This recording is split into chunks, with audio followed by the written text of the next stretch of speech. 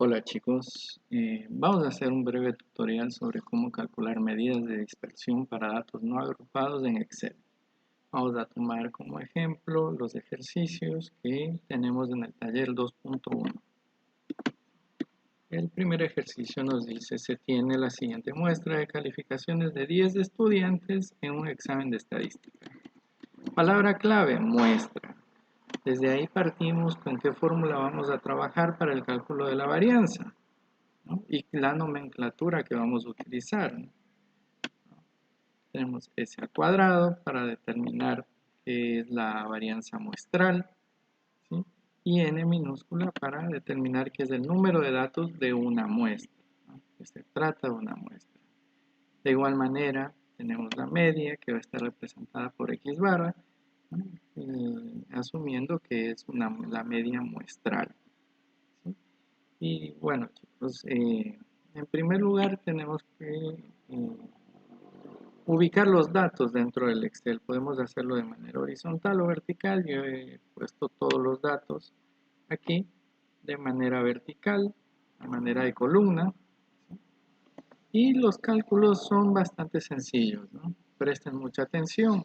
Bueno, cosas que voy a necesitar para los cálculos: saber el número de datos. Voy a contar los datos que tengo. Entonces busco la función contar. Marco todos los valores que estoy analizando y me dice que son 10 datos, ¿no? Necesito la media muestral. En este caso es muy importante porque participa en la fórmula para el cálculo de la varianza. Entonces nosotros ya sabemos calcular la media en Excel, lo hemos hecho en ejercicios anteriores, y sabemos que es aplicando la fórmula promedio. Recuerden que medio o promedio es lo mismo, ¿no? Ponemos promedio, marcamos todos los datos y tenemos nuestra media. El ejercicio nos pide que ubiquemos el rango, ¿no? Que lo calculemos. Para calcular el rango nosotros necesitamos conocer el número máximo y el número mínimo del conjunto de datos que estamos analizando. Sabemos también ubicarlos a través de la función max, que nos va a devolver el número más alto del conjunto de datos. El mínimo, que es con la función mínimo, y nos va a devolver el número mínimo del conjunto de datos. Sabemos que el rango es igual a la diferencia entre el dato máximo menos el dato de menor valor.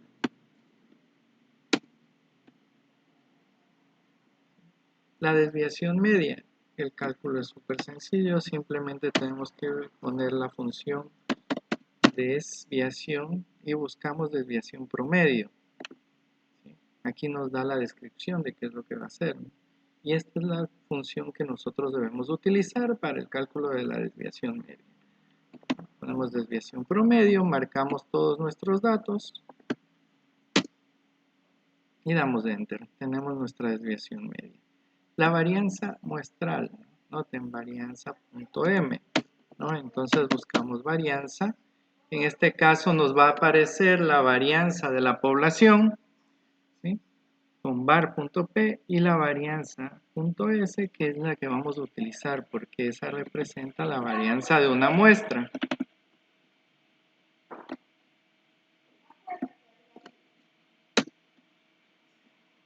Luego vamos a necesitar la desviación estándar, para lo cual vamos a buscar esa función. Tenemos des, y aquí aparece como desves, en este caso .m, quiere decir que es de una muestra, que es lo que nos está pidiendo trabajar el ejercicio. Desves.p nos ayuda con la desviación estándar de una población. Utilizamos la función, marcamos todos los datos y damos Enter, ¿sí? Ahora calculemos el coeficiente de variación. El coeficiente de variación es bastante sencillo. Tenemos que utilizar dos de los datos que ya hemos calculado. En este caso es la desviación estándar dividido para la media muestral, en este caso, porque se trata de una muestra, por 100. En este caso, nos ha dado como resultado 20.33%. ¿Qué quiere decir esto? Que la varianza, la desviación media y este coeficiente de variación son representativos del conjunto de datos. Cuando el coeficiente de variación es igual o menor al 30%, quiere decir que hay una homogeneidad en la distribución de los datos. Si es que el valor es superior, ya vamos a tener una heterogeneidad y no va a haber una representatividad real del fenómeno que nosotros estamos analizando.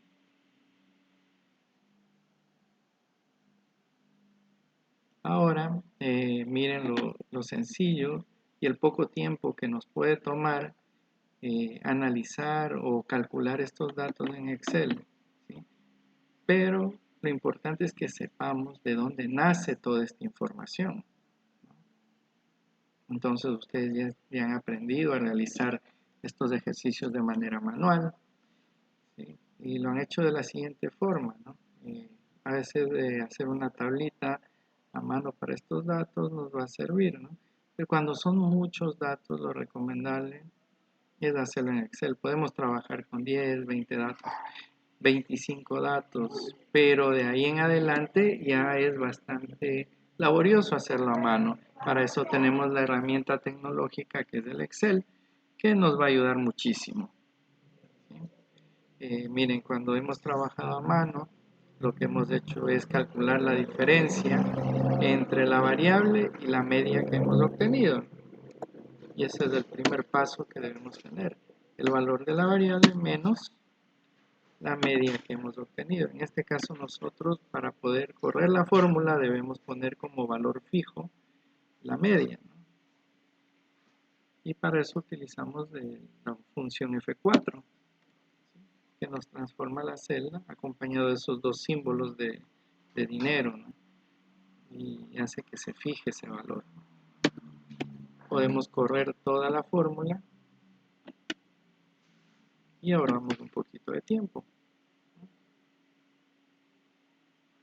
Para hacer la desviación media nosotros necesitamos el valor absoluto de estos valores que hemos calculado.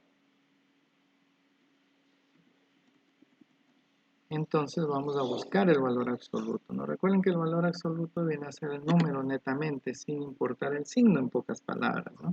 Pero en Excel podemos calcularlo, ¿no? Y buscamos la función ABS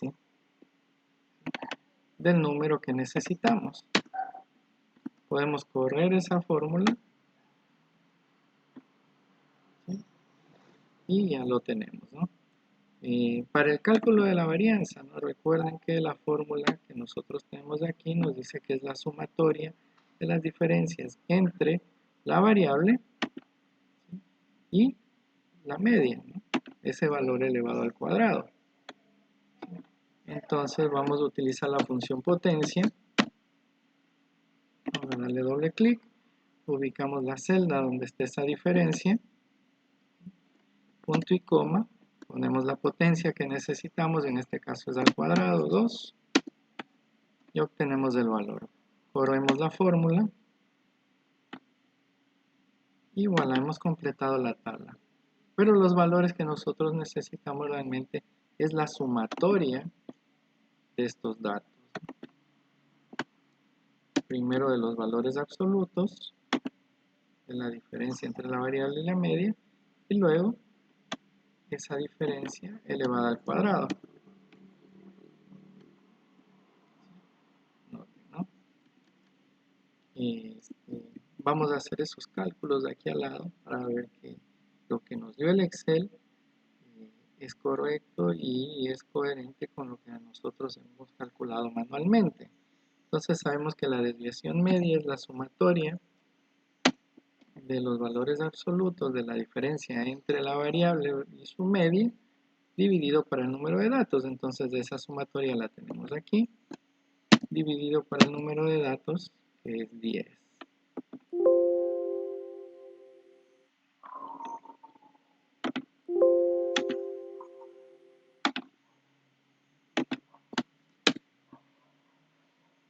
¿correcto? Luego tenemos la varianza.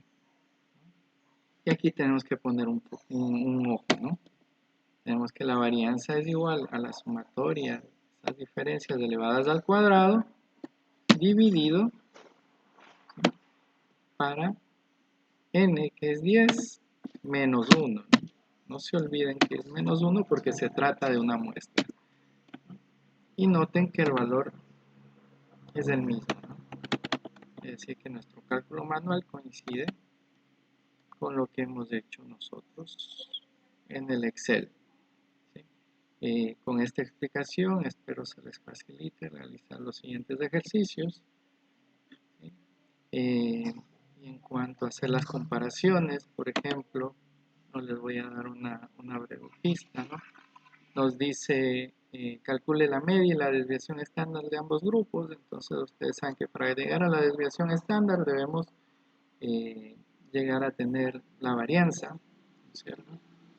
En el punto 2 nos dice compare el coeficiente de variación, nos está pidiendo que lo calculemos también, entonces es muy similar, solo que ahora para dos grupos, ¿no? Y determine qué grupo presenta mayor dispersión en sus calificaciones. Una pista, ¿no? Entre más pequeño sea el coeficiente de variación, quiere decir que el grupo de datos es más homogéneo. Y entre más alto es el coeficiente de variación, ese grupo de datos tiene mayor dispersión, más heterogeneidad, ¿sí? Eso como pista para que ustedes puedan resolver y hacer la conclusión. En el ejemplo 3, ¿no?, nos pide calcular rango, varianza, desviación estándar y coeficiente de variación, ¿no? Interprete los resultados con la homogeneidad o heterogeneidad de los tiempos de llegada. Nuevamente, como les dije en el ejemplo 1, ¿no?, el coeficiente de variación es 20.33. ¿Qué quiere decir esto? Que el coeficiente de variación es representativo, ¿sí?, de la dispersión de los datos, ¿no? Si este fuera muy alto o mayor al 30%, ya tendríamos una heterogeneidad. Pero analicen, si en el ejemplo 3 nos sale el coeficiente de variación igual al 30% o menor al 30%, va a haber homogeneidad. Si es superior, heterogeneidad. Eso es una guía para que ustedes puedan hacer las conclusiones, ¿sí? Espero haberles ayudado, que esto sirva como guía, ¿sí?, y para prepararnos para nuestra evaluación, ¿sí? Saludos, chicos.